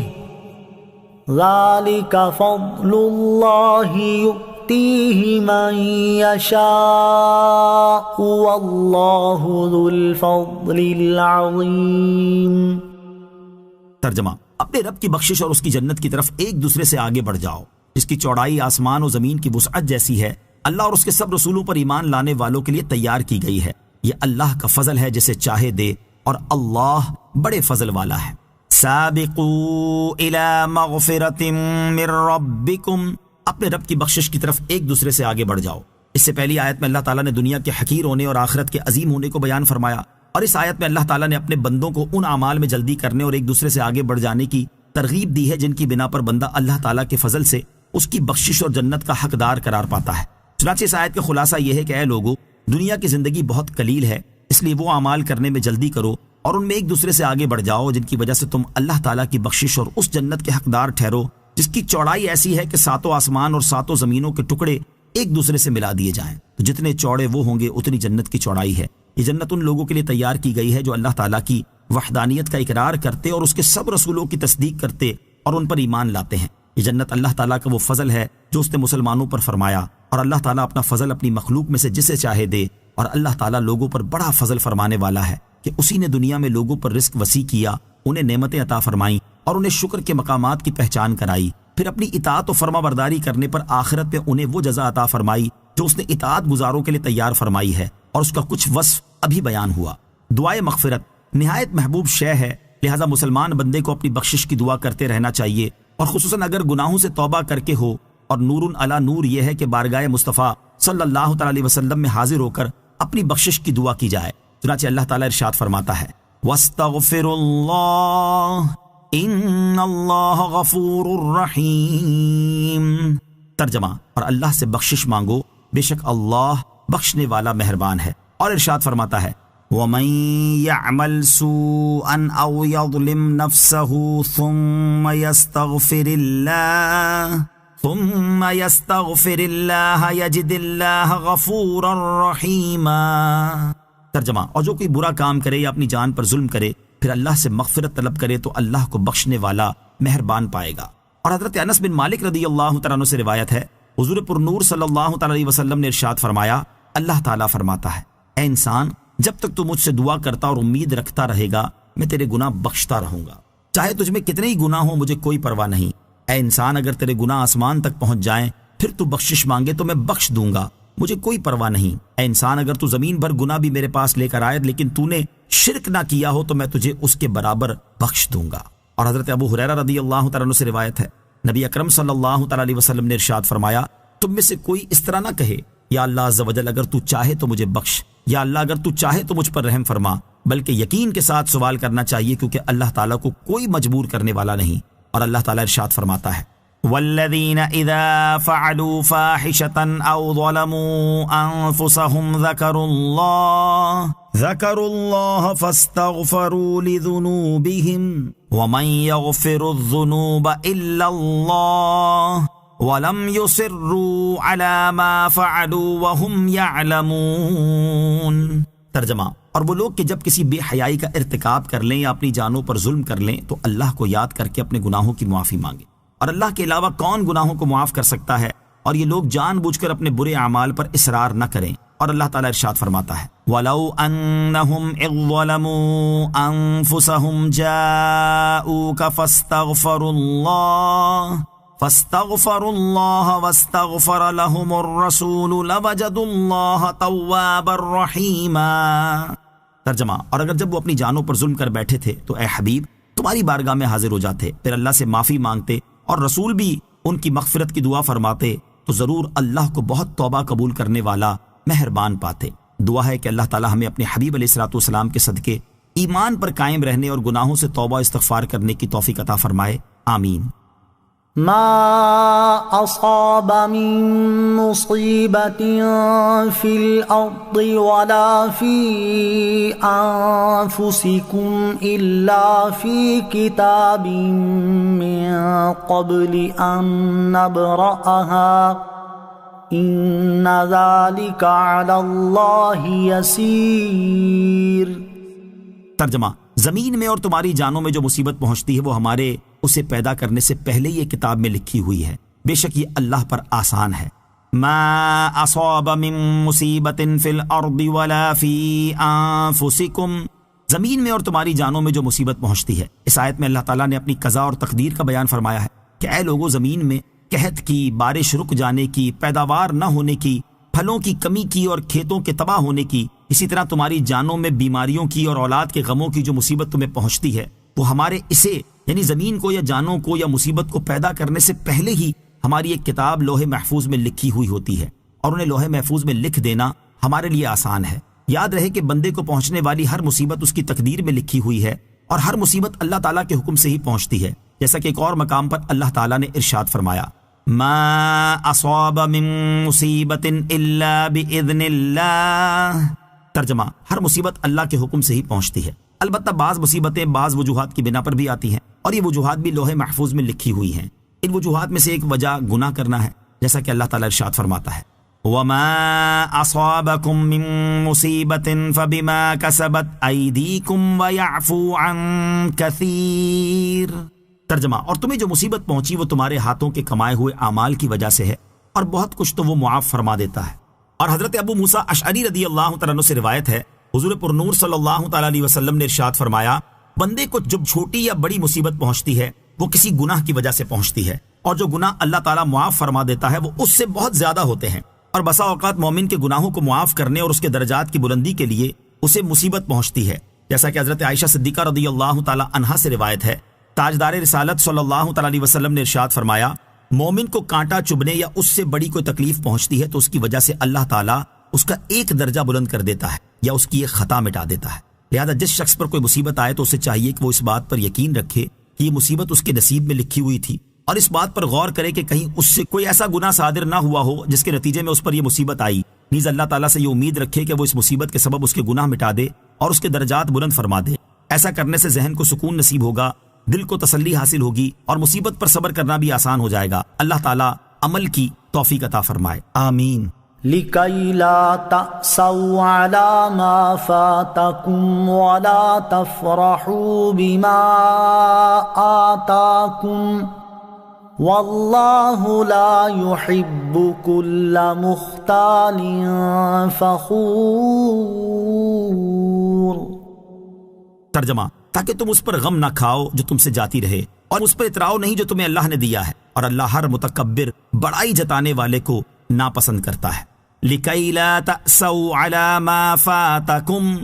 تاکہ تم اس پر غم نہ کھاؤ جو تم سے جاتی رہے، یعنی تمہیں پہنچنے والی مصیبتیں لوح محفوظ میں لکھ دینے کی حکمت یہ ہے کہ دنیا کا جو ساز و سامان تمہارے ہاتھ سے جاتا رہے تم اس پر غم نہ کھاؤ، اور دنیا کا جو مال و متاع اللہ تعالیٰ نے تمہیں دیا ہے تم اس پر خوش نہ ہو، اور یہ سمجھ لو کہ جو اللہ تعالیٰ نے مقدر فرمایا ہے ضرور ہونا ہے۔ نہ غم کرنے سے کوئی ضائع شدہ چیز واپس مل سکتی ہے، اور نہ فنا ہونے والی چیز اترانے کے لائق ہے، تو ہونا یہ چاہیے کہ خوشی کی جگہ شکر اور غم کی جگہ صبر اختیار کرو۔ یہاں غم کی مذمت بیان ہوئی ہے، اس غم سے مراد انسان کی وہ حالت ہے جس میں صبر نہ ہو اور اللہ تعالیٰ کی تقدیر پر راضی رہنا نہ پایا جائے، اور ثواب کی امید بھی آدمی نہ رکھے، جبکہ خوشی سے وہ اترانا مراد ہے جس میں مست ہو کر آدمی شکر سے غافل ہو جائے۔ البتہ وہ رنج و غم جس میں بندہ اللہ تعالیٰ کی طرف متوجہ ہو اور اس کی رضا پر راضی ہو، ایسے ہی وہ خوشی جس پر حق تعالیٰ کا شکر گزار ہو، ممنوع نہیں۔ حضرت امام جعفر صادق رضی اللہ تعالیٰ عنہ فرماتے ہیں، اے فرزند آدم، کسی چیز کا فقدان پر کیوں غم کرتا ہے؟ یہ اس کو تیرے پاس واپس نہ لائے گا، اور کسی موجود چیز پر کیوں اتراتا ہے؟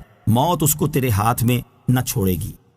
الذين يبخلون ويأمرون الناس بالبخل ومن يتول فإن الله هو الغني الحميد۔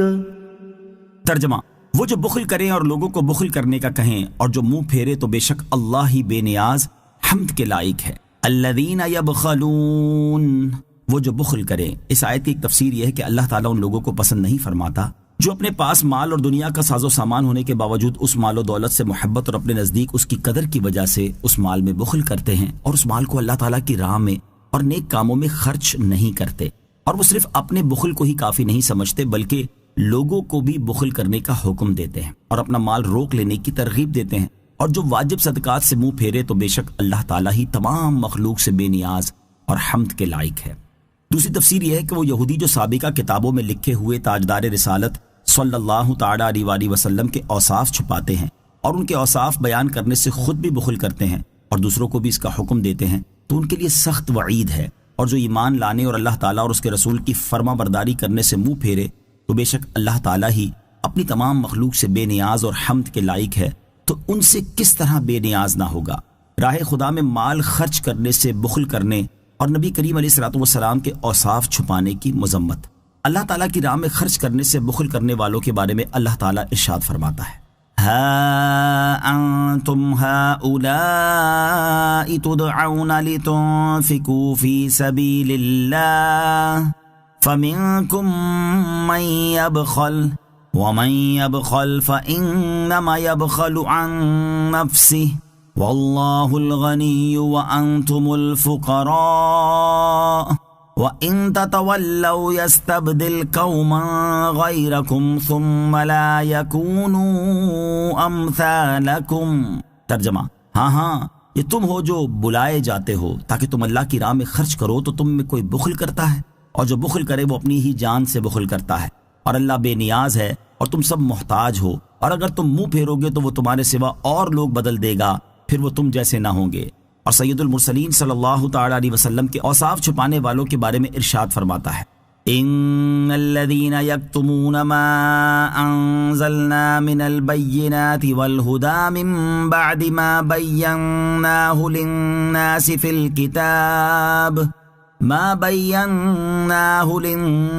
في الكتاب اولئك يلعنهم الله ويلعنهم اللاعنون۔ ترجمہ، بے شک وہ لوگ جو ہماری اتاری ہوئی روشن باتوں اور ہدایت کو چھپاتے ہیں، حالانکہ ہم نے اسے لوگوں کے لیے کتاب میں واضح فرما دیا ہے، تو ان پر اللہ لعنت فرماتا ہے اور لعنت کرنے والے ان پر لعنت کرتے ہیں۔ اور ارشاد فرماتا ہے، وَإِذْ أَخَذَ اللَّهُ مِيثَاقَ الَّذِينَ أُوتُوا الْكِتَابَ لَتُبَيِّنُنَّهُ لِلنَّاسِ وَلَا تَكْتُمُونَهُ فَنَبَذُوهُ وَرَاءَ ظُهُورِهِمْ وَاشْتَرَوْا بِهِ ثَمَنًا قَلِيلًا فَبِئْسَ مَا يَشْتَرُونَ۔ لا تحسبن الذين يفرحون بما أتوا ويحبون أن يحمدوا بما لم يفعلوا فلا تحسبنهم بمفازة من العذاب ولهم عذاب أليم۔ ترجمہ، اور یاد کرو جب اللہ نے ان لوگوں سے عہد لیا جنہیں کتاب دی گئی کہ تم ضرور اس کتاب کو لوگوں سے بیان کرنا اور اسے چھپانا نہیں، تو انہوں نے اس عہد کو اپنی پیٹھ کے پیچھے پھینک دیا اور اس کے بدلے تھوڑی سی قیمت حاصل کر لی، تو یہ کتنی بری خریداری ہے۔ ہرگز گمان نہ کرو ان لوگوں کو جو اپنے اعمال پر خوش ہوتے ہیں اور پسند کرتے ہیں کہ ان کی ایسے کاموں پر تعریف کی جائے جو انہوں نے کیے ہی نہیں، انہیں ہرگز عذاب سے دور نہ سمجھو اور ان کے لیے دردناک عذاب ہے۔ ان آیات سے معلوم ہوا کہ اللہ تعالیٰ کی راہ میں مال خرچ کرنے سے بخل کرنا، لوگوں کو بخل کرنے کی ترغیب دینا، یوں ہی حضور علیہ الصلوۃ والسلام کے اوصاف چھپانا اور ان اوصاف کو چھپانے کی ترغیب دینا انتہائی مذموم اعمال ہیں۔ اللہ تعالیٰ ان چیزوں سے محفوظ رکھے، آمین۔ لقد أرسلنا رسلنا بالبينات وأنزلنا معهم الكتاب والميزان ليقوم الناس بالقسط وأنزلنا الحديد فيه بأس شديد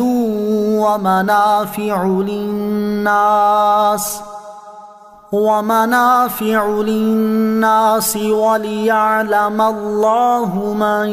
ينصره ورسله بالغيب إن الله قوي عزيز۔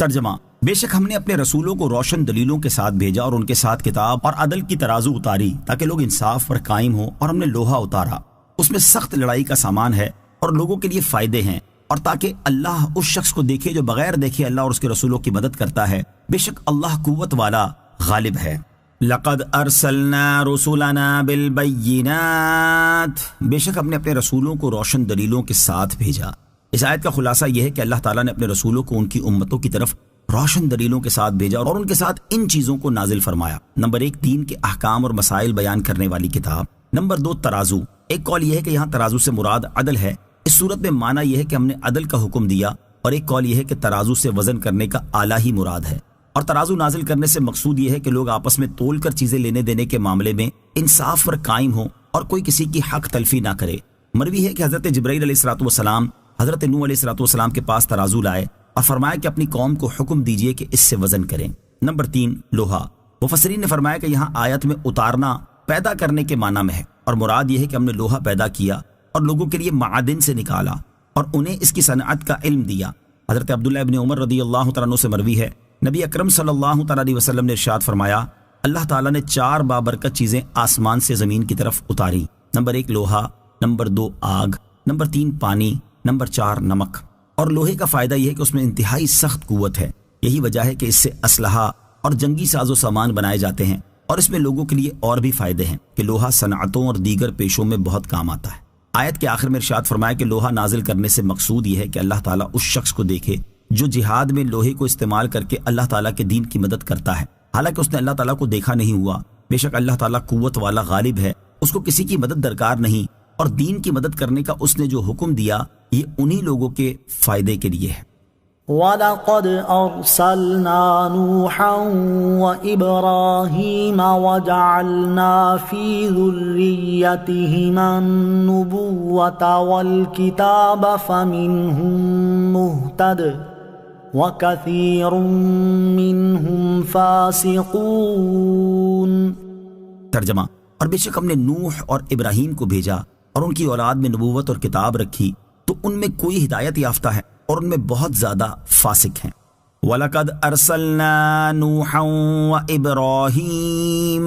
اور بے شک ہم نے نوح اور ابراہیم کو بھیجا۔ اس آیت کا معنی یہ ہے کہ اللہ تعالیٰ نے حضرت نوح اور حضرت ابراہیم علیہ السلام کو منصب رسالت سے مشرف فرمایا اور نبوت اور کتاب ان دونوں کی اولاد میں رکھی۔ چنانچہ حضرت ابراہیم علیہ السلام کے بعد تمام انبیاء علیہ السلام ان کی اولاد سے ہوئے، اور 4 کتابیں یعنی توریت، انجیل، زبور اور قرآن پاک حضرت ابراہیم علیہ السلام کی اولاد میں سے منصب رسالت پر فائز ہونے والوں پر نازل ہوئیں۔ آخر میں ارشاد فرمایا کہ ان دونوں رسولوں کی اولاد میں سے کچھ لوگ ہدایت یافتہ ہیں اور ان میں سے بہت زیادہ فاسق ہیں۔ ثم قفينا على آثارهم برسلنا وقفينا بعيسى ابن مريم وآتيناه الإنجيل وجعلنا في قلوب الذين اتبعوه رأفة ورحمة وَرَهْبَانِيَّةً ابْتَدَعُوهَا مَا كَتَبْنَاهَا عَلَيْهِمْ إِلَّا ابْتِغَاءَ رِضْوَانِ اللَّهِ فَمَا رَعَوْهَا حَقَّ رِعَايَتِهَا فَآتَيْنَا الَّذِينَ آمَنُوا مِنْهُمْ أَجْرَهُمْ وَكَثِيرٌ مِّنْهُمْ فَاسِقُونَ۔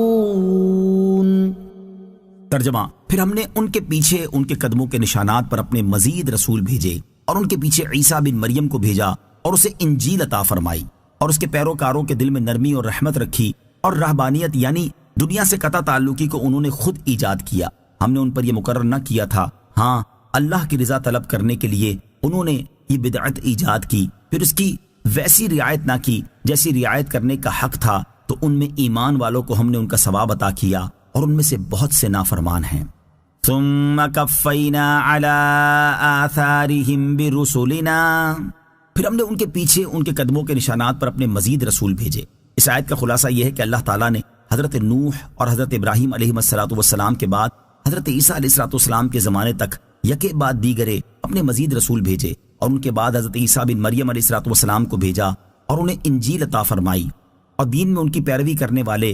آپس میں ایک دوسرے کے ساتھ محبت و شفقت رکھتے ہیں، اور راہب بننا یعنی پہاڑوں، غاروں اور تنہا مکانوں میں خلوت نشین ہونے، سو معا بنانے دنیا والوں سے میل جول ترک کرنے، عبادتوں میں اپنے اوپر زائد مشقتیں بڑھا لینے، نکاح نہ کرنے، نہایت موٹے کپڑے پہننے اور ادنا غذا انتہائی کم مقدار میں کھانے کے عمل کو انہوں نے خود ایجاد کیا تھا۔ اللہ تعالیٰ نے ان پر یہ چیزیں مقرر نہ کی تھی، البتہ یہ بدعت انہوں نے اللہ تعالیٰ کی رضا طلب کرنے کے لیے ایجاد کی، لیکن پھر ان کے بعد والے اس کی ویسی رعایت نہ کر سکے جیسی رعایت کرنے کا حق تھا، بلکہ اس کو ضائع کر دیا اور تثلیث و اتحاد یعنی تین خدا ماننے اور حضرت عیسیٰ علیہ السلام میں خدائی اور انسانیت کا اتحاد ماننے میں مبتلا ہوئے، اور حضرت عیسیٰ علیہ السلام کے دین سے کفر کر کے اپنے بادشاہوں کے دین میں داخل ہو گئے، اور ان میں سے کچھ لوگ حضرت عیسیٰ علیہ السلام کے دین پر قائم اور ثابت بھی رہے، اور جب حضور پرنور علیہ السلام کا مبارک زمانہ پایا تو حضور اقدس صلی اللہ تعالیٰ علیہ وسلم پر بھی ایمان لائے، تو ان میں سے ایمان والوں کو اللہ تعالیٰ نے ان کا ثواب عطا کیا، اور ان میں سے بہت سے لوگ جنہوں نے رہبانیت کو ترک کیا اور حضرت عیسیٰ علیہ السلام کے دین سے منحرف ہو گئے، وہ نافرمان ہیں۔ بدعت حسنہ جائز اور بدعت سیئہ ممنوع و ناجائز ہے۔ علامہ اسماعیل حقی رحمۃ اللہ تعالیٰ لکھتے ہیں، اس آیت میں اللہ تعالیٰ نے رہبانیت اختیار کرنے پر ان کی مذمت نہیں فرمائی، بلکہ اس پر جیسے عمل کرنے کا حق تھا بعد والوں کے، ویسے عمل نہ کرنے پر ان کی مذمت فرمائی ہے، اور ان کی ایجاد کیے ہوئے فعل کو بدعت کہا گیا، اور ان کے برخلاف اس امت نے جس نئے کام کو نیکی کے طریقے کے طور پر ایجاد کیا، ان کی عظمت و شرافت کی وجہ سے اسے سنت یعنی طریقہ کہا گیا، جیسا کہ حضور پرنور علیہ السلام نے ارشاد فرمایا، من سن فی الاسلام سنتا حسنہ، جس نے اسلام میں اچھی سنت یعنی طریقہ ایجاد کیا۔ اس حدیث میں حضور اقدس صلی اللہ تعالیٰ علیہ وسلم نے ہمیں اسلام میں نیک طریقے نکالنے کی اجازت دی ہے، اور اس کا نام سنت رکھا ہے، اور اس طریقے کو نکالنے والوں اور اس طریقے پر عمل کرنے والوں کو اجر و ثواب کی بشارت دی ہے۔ ابو عبداللہ محمد بن احمد قرطبی رحمۃ اللہ تعالی فرماتے ہیں،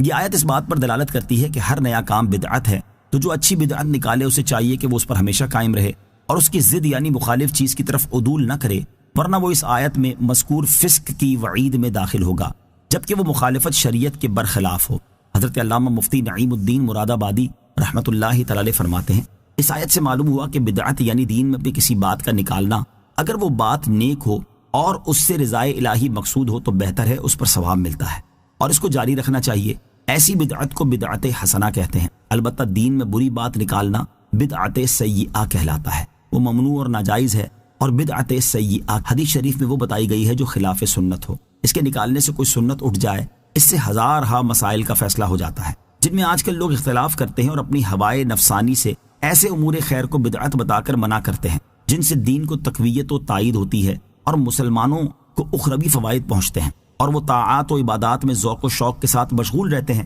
ایسے امور کو بدعت بتانا قرآن مجید کی اس آیت کے صریح خلاف ہے۔ یا